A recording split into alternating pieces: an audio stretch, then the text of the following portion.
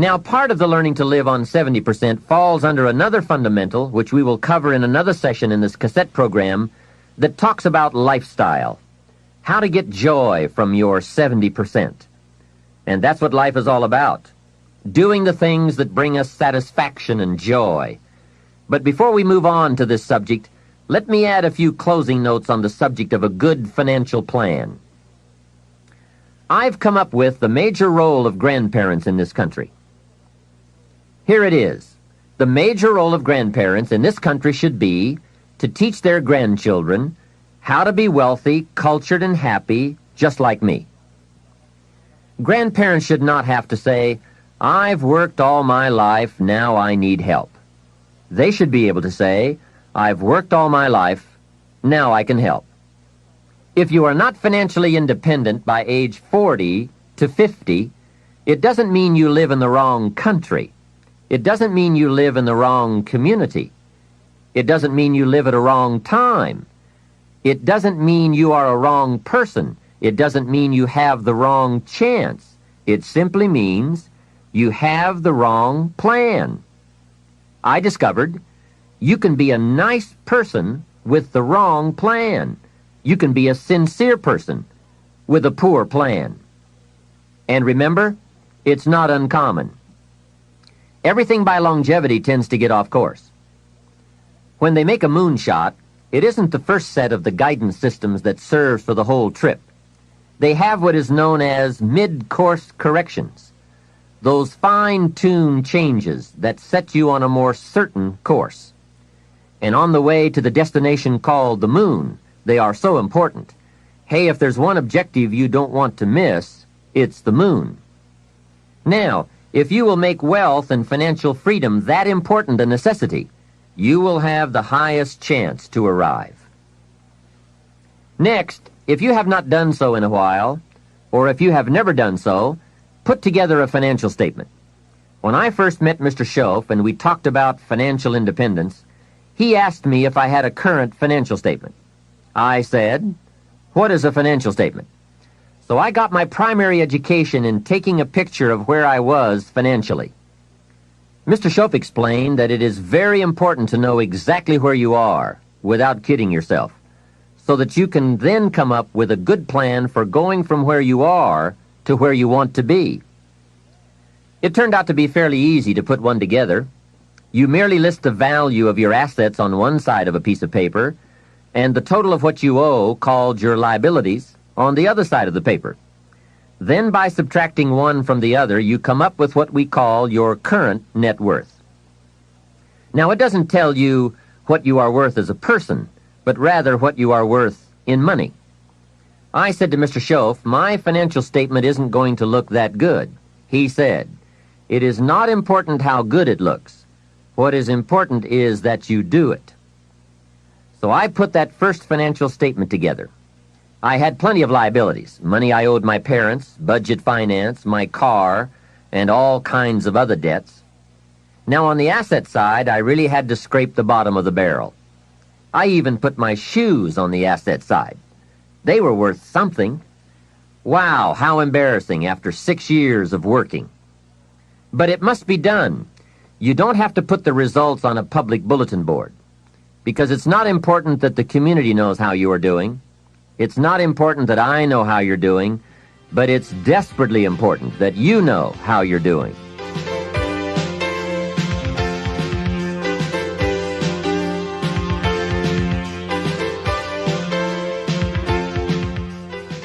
Here are some other points. First, keep excellent books, not only for tax purposes, but for yourself, your financial future, and for your own sense of self-worth. Have you ever heard the expression, "I don't know where it all goes"? Well, from now on, make a new commitment to financial independence and to the value and the feeling that comes from knowing where it all goes and where it all comes from. It is just one of those important disciplines that cause you to prove to yourself that you are on a new road, walking in a new direction, becoming a new person, and arriving at a new destination. Without that effort, you will keep falling back. Hey, I found out you can make $5,000 a month and still go broke. You say, how could you go broke making $5,000 a month? It's easy. Spend $6,000. And when you make $5,000, spending $6,000 is not that difficult. Someone once said, if your outgo exceeds your income, your upkeep becomes your downfall. So, be the master over whatever you have and whatever you are. That's where the seeds of greatness are sown. Great wealth, great health, great results, great influence, and great lifestyle. Take interest and even delight in doing all the small things well. It makes you a sophisticated person who knows where the beginnings of wealth and happiness are. There's a Bible phrase that we could quote here that would be appropriate. It says, if you will be faithful over a few things, the small things, you will someday be ruler over many things and major things. That's it. That's the philosophy that counts. Surely life is reluctant to hand a fortune to someone who constantly messes up his paycheck. It's not the amount that counts. It's the plan and the faithful discipline of that plan that counts. The disciplines are those ingenious keys that unlock the door to the kind of person we really want to become. And becoming attracts all those treasures and values that most anyone would call the good life. Life in abundance, life in productivity, life in enterprise, life in influence, life in style. Now, to wind up this rather lengthy subject, let me close with this. Mr. Shelf's best instructions to me in those early years were to develop a new attitude about myself, and a new attitude about all the principles that it takes to make life unique. Develop a new attitude about taxes, about paying your bills, about the marketplace, opportunity, your chances, wealth, activity, prosperity, service, productivity. Let me give you a good example of my old attitude. I used to say, I hate to pay my taxes. Shelf said, well, you can live that way if you want to. That's one attitude. I was a bit perplexed. I thought it was the only attitude. How strange. I used to say, I hate to pay my bills. And he said, well, you can live that way if you want to. I thought it was the only way. I used to say, I hate to part with my money. He said, that's one choice for lifestyle and attitude. I thought, could it be that there is another way to feel about it? He said, what if you said, I love to pay my taxes, knowing it's the care and feeding of the goose that lays the golden eggs? What if you said, I love to pay my bills, reduce my liabilities, and increase my assets? What if you said, I love to part with my money, put it into circulation, help build this dynamic society? Wouldn't that be a better way to live if you loved to instead of hated to? What an incredible way to look at it. I bought the idea and started the practice. I will admit that it took me a while to actually say truthfully, I love to. But when I did, I found a completely unique new way to live. To love to instead of hate to. Shof even taught me to pay my bills with enthusiasm. He said, the next time you pay $100 on an account, put a note inside with your check that says, with great excitement I send you this $100. He said you won't believe what happens on the other end. They don't get many notes like that. But best of all, you won't believe what happens on your end. The new feeling of being in control and having a philosophy of life that brings joy instead of frustration. This whole new attitude will create for you a whole new world. Remember, it's something anyone can do. Mr. Shof got me to open my first savings account. He said, do you have a savings account? I said, I don't have enough money. And he reminded me, it's not the amount that counts, it's the plan. The important thing is to begin. Wealth is a plan, not an amount.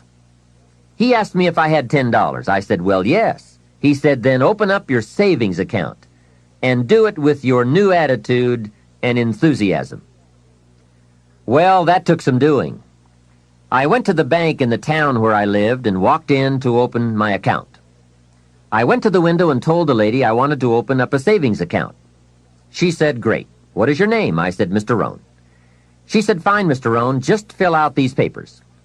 I filled them out, handed them back to her, and she said, "That's all in order. Now, how are we going to get this account started?" I said, "Put 10 in." She said, "10 what?" I said, $10. Now, can you imagine the scene? I'm a grown man, 25 years old. I have a family, I'm working, and opening up my first savings account with $10. I said, "Hey, this may not seem like much, but I have a great plan. In fact, before long, I'll probably have the largest savings account in this bank." She said, "Well, if you say so." It was a bit embarrassing, I must admit, but Shoaff said, "Get excited about where you're going, and excited about the fact that you are one of the few who have a wealth plan in place and working." To make a long story short, guess what? Within less than 3 years, I did have the largest savings account in that bank. Now, it was just a small country bank, but I did reach my goal. What magic!